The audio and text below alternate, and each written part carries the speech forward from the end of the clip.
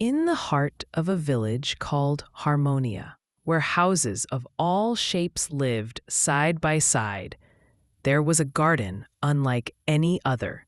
Once, it had been the most magical place in all the land. But now, the garden was quiet. The flowers drooped, the trees died, and 7-year-old Zara wanted to know why. Zara pushed open the garden gate. Inside, she found the saddest sight she'd ever seen. Roses without color, butterflies that couldn't fly, and sitting by a silent fountain was a figure made of mist. "Hello, little one," the figure said. "I am Breath. I am the guardian of this garden." "What happened here?" Zara asked. Breath replied, "Long ago, the people of Harmonia knew a secret, that they were all connected.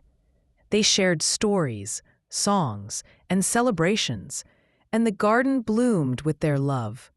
But slowly, they forgot. They built walls, and when hearts close, gardens stop growing."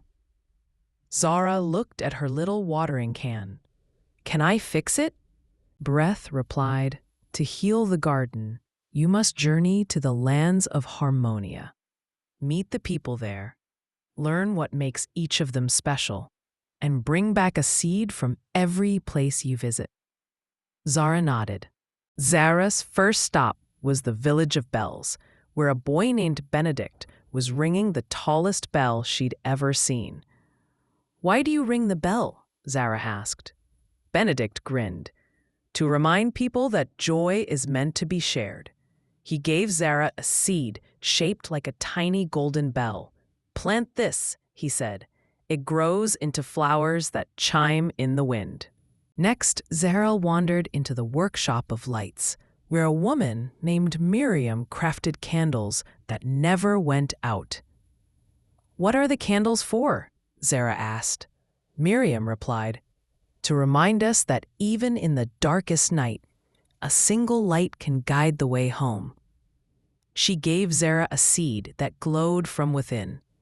"This will grow into a flower that shines even in the dark," Miriam said. Zara's feet led her to the courtyard of words, where a young man named Karim painted letters so beautiful. "What do the words say?" Zara asked. Karim replied, "They say that every person is a story worth reading, and when we listen with our hearts, we understand any language." He handed Zara the seed covered in swirling letters. "Plant this, and it will grow into a flower that whispers poetry." As Zara traveled on, she met more friends than she could count. She met a boy named River who spoke to the wind, a girl named Amara who drummed the heartbeat of the earth. Each one gave her a seed, and each one said the same thing in their own way. We may look different, we may sound different, but when we laugh, we sound the same. When we cry, we feel the same. And when we dream of love.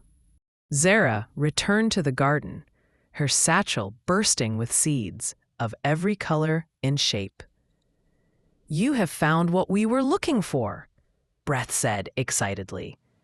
"I found so many different people," Zara said. "But here's the strange thing. They all felt like family." Breath smiled. Zara dug her hands into the soft earth and planted every seed together, all mixed up. "Should I put the bell seed with the bell seeds? The lotus with the lotus?" she asked. Breath laughed.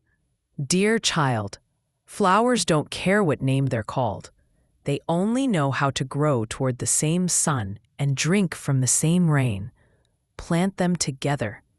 So Zara did. The moment the seeds touched each other, something magical happened.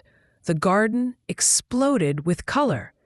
Flowers that chimed and glowed, trees that sang in 100 languages, butterflies with rainbow wings filled the sky, and breath swirled through it all.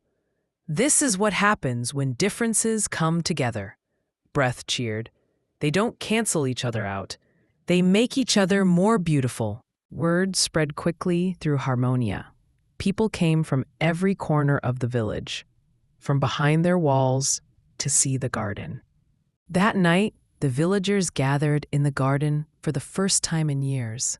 They shared food and sang songs together. Zara closed her eyes and took a deep breath. In that breath, she felt Benedict's joy, Miriam's hope, Kareem's wisdom, and all. Because when we breathe, we share the same air as everyone who has ever lived. We are all different flowers in the same garden. We are all only breath.